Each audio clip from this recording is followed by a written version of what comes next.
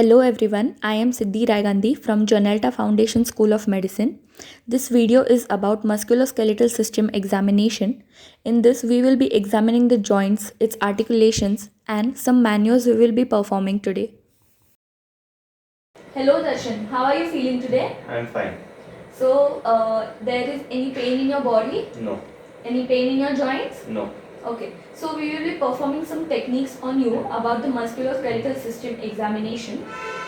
For this, you will be removing your t-shirt. Is that okay? Okay. The examination should be systematic, include inspection, palpation of bony structures and related joint and soft tissue structures, assessment of range of motion, and special maneuvers to test the specific movements.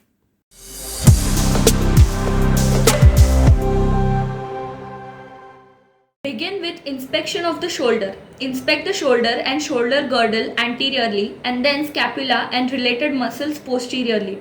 Note any swelling, deformity, muscle atrophy or fasciculations and abnormal positioning. Look for any swelling of the joint capsule anteriorly or a bulge in subacromial bursa under the deltoid muscle.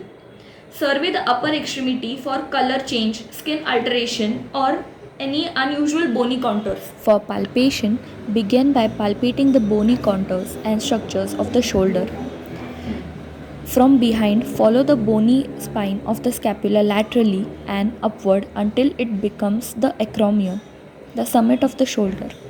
With your index finger on the top of the acromion, just behind its tip, press medially with your thumb to find slightly elevated ridge that marks the distal end of the clavicle at acromioclavicular joint. Move your thumb medially and down a short step to next bony prominence, that is coracoid process of the scapula. With your thumb on the coracoid process, allow your fingers to fall on and grasp the lateral aspect of the humerus to palpate the greater tubercle where the SITS muscles insert. So now we will inspect for the range of the motion. There are 6 motions of the shoulder girdle, that is flexion, extension, abduction, adduction and internal and external rotation. So beginning with, instruct the patient like this. Raise your arms in front of you over the head. This is flexion. Now instruct, raise your arms behind you. This is extension. Raise your arms outside and over the head. This is abduction. Now cross your arm in front of your body. This is adduction. Now ask the patient to place one hand behind your back and touch your shoulder blade. Identify the highest midline spinous process. Now ask the patient to raise your arm to the shoulder level. Now for external rotation, instruct the patient as raise your arm to shoulder level, bend your elbow and rotate your forearm towards the ceiling.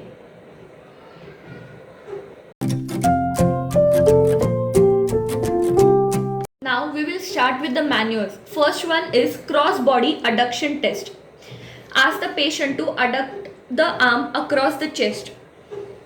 This test is done to examine acromioclavicular joint. Positive test will produce pain on the top of shoulder near acromioclavicular joint. Apley scratch test. Ask the patient to touch the opposite scapula with hands from above the shoulder and one from below it. It is to test the abduction, adduction, internal rotation and external rotation. Next is knee impingement test. This test is done for subacromial impingement or rotator cuff tendinitis disorder. In this test, the patient should be in sitting position and you should stand behind the patient. Use one of your hand to stabilize the patient's scapula and now ask the patient to raise his hand and bring the arm backwards. If there is pain during this test, then the patient has tendinitis or rotator cuff tendinitis disorder. Next is Hawkins impingement sign. Flex patient's shoulder and elbow to the 90 degree with palm facing downward. One hand on your forearm and the other one on the arm, and rotate the arm internally.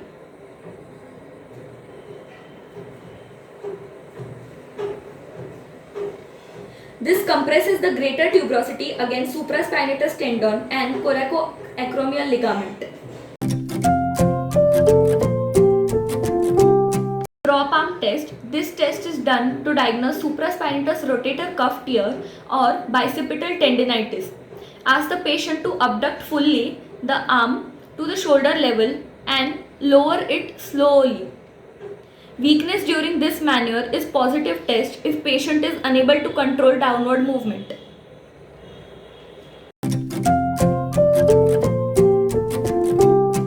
Empty can test. Elevate the arms to 90 degree and internally rotate the thumbs pointing downwards. Now ask the patient to resist the pressure you apply. Positive test indicates weakness or pain on the affected side or affected arm.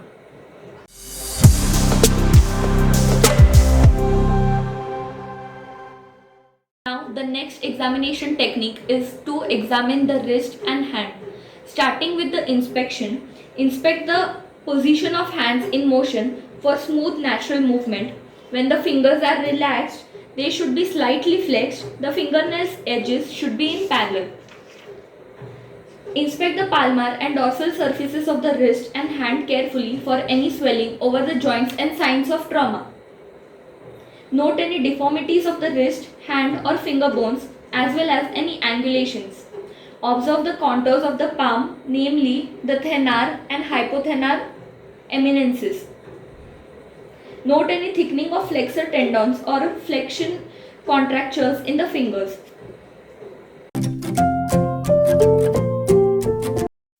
While palpating the wrist, palpate the distal radius and ulna on the lateral and medial surfaces. Palpate the groove of each wrist joint with your thumbs on the dorsum of the wrist and your fingers beneath it. Note any swelling, bogginess or tenderness. Next, palpate the anatomic snuff box, a hollow depression just distal to radial styloid process formed by the abductor and extensor muscles of the thumb. Next, palpate all the 8 carpal bones lying distal to the wrist joint and then each of the 5 metacarpals and proximal, middle and distal phalanges. Compress the MCP joints by squeezing in the hand from each side between the thumb and fingers. Note any swelling, bogginess or tenderness. We will check for the wrist range of motion. For the flexion, instruct the patient with palms down, point your fingers towards the floor. For extension, instruct the patient with palms down, point your fingers towards the ceiling. For abduction, with palms down, bring your fingers away from midline. And for adduction, with palms down, bring your fingers towards the midline.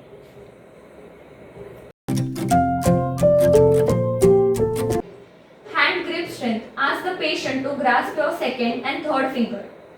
This test is done to test the function of wrist joints, finger, flexor and intrinsic muscles of joints of hand. Decreased grip is positive for weakness of finger flexors or intrinsic muscles of the hand. Michelson test. This test is done to test the thumb function. Ask the patient to grasp the thumb against the palm. Then move the wrist toward the midline in ulnar deviation.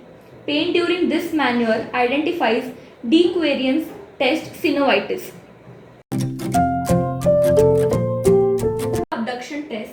Ask the patient to raise the thumb against the downward pressure you apply.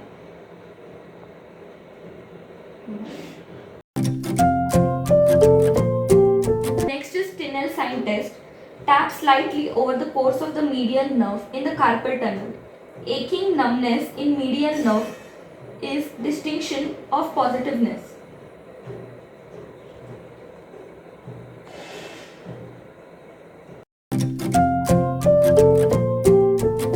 Phalan test. Ask the patient to hold the wrist in flexion for 60 seconds with elbows fully extended. Also, ask the patient to press the backs of both the hands together to form right angle. This compresses the median nerve. All the above maneuvers performed are to test the carpal tunnel syndrome.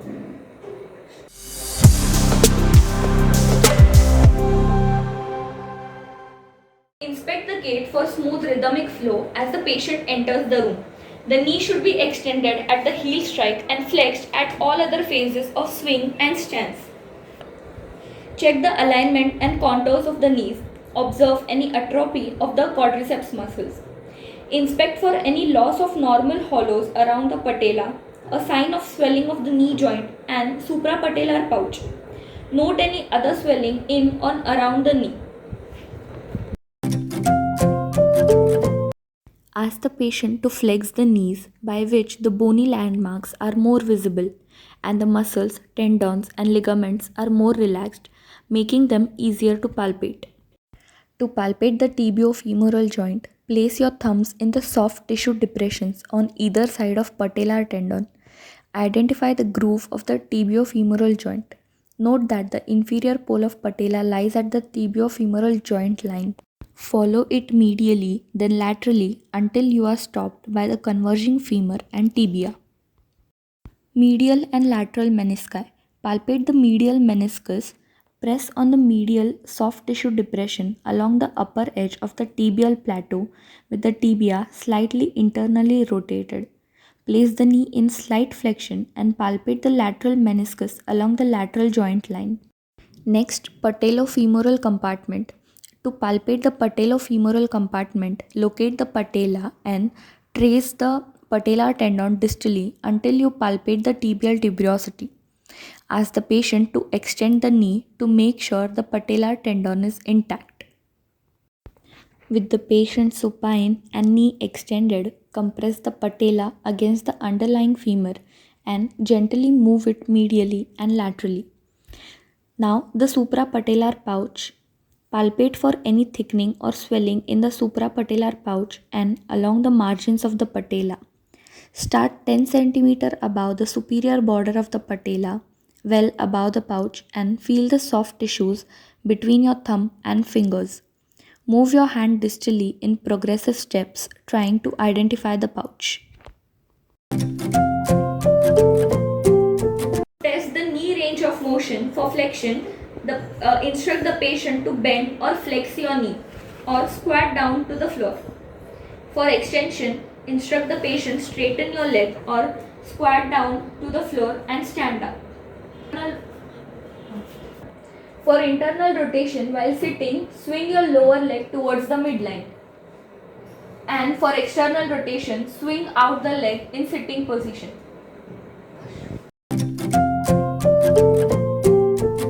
For the bulge sign with the knee extended, place your left hand above the knee and apply pressure on suprapatellar pouch and displace it downward. Apply pressure on medial side and stroke downward on the medial side. And watch for the fluid wave. This test is done to test for minor effusions.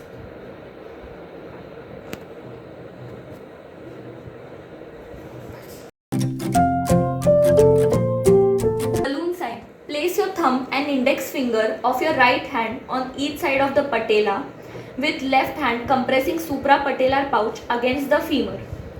Palpate for fluid ejected into the spaces. Palpable fluid is positive test for major effusions. Balloting the patella. This is to assess large effusions. Compress the suprapatellar pouch and push the patella sharping against the femur. Watch for fluid returning to suprapatellar pouch. If palpable fluid, the major effusions is present. McMurray test. With the patient supine, grasp the heel and flex the knee. Cup your other hand over the knee joint with the fingers and thumb along the medial joint line. From the heel, externally rotate the lower leg, then push on the lateral side to apply valgus stress on medial side of the joint. At the same time, slowly extend the lower leg in external rotation. The same maneuver with internal rotation of the foot stresses the lateral meniscus. valgus stress test. With the patient supine and the knee slightly flexed, move the thigh above 30 cm laterally to the side of the table. Place one hand against the lateral knee to stabilize the femur and other hand around the medial ankle. Push medially against the knee and pull laterally to open the knee joint on the medial side. Adduction or varus stress test. With the thigh and knee in the same position with 30 degrees of flexion, change your position so that you can place one hand against the medial surface of the knee and the other hand around the lateral surface of the ankle. Push laterally against the knee and pull medially at the ankle to open the knee joint on the lateral side. The drawer sign. With the patient supine, hips flexed and knee flexed to 90 degree and feet flat on the table, cup your hands around the knee with the thumbs on the medial and lateral joint line and fingers on the medial and lateral insertions of the hamstring. Draw the tibia forward and observe if it slides forward from under the femur. Compare the degree of forward movement with that to the opposite knee.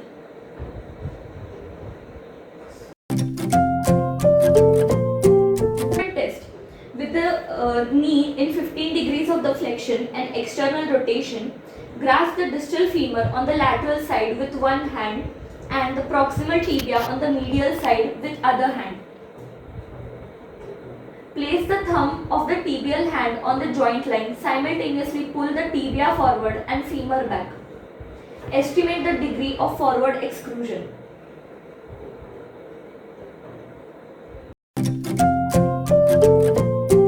Posterior drawer sign. Position the patient and place your hands against the positions described for the anterior drawer test. Push the tibia posteriorly and observe the degree of backward movement in the femur. Compare with other side.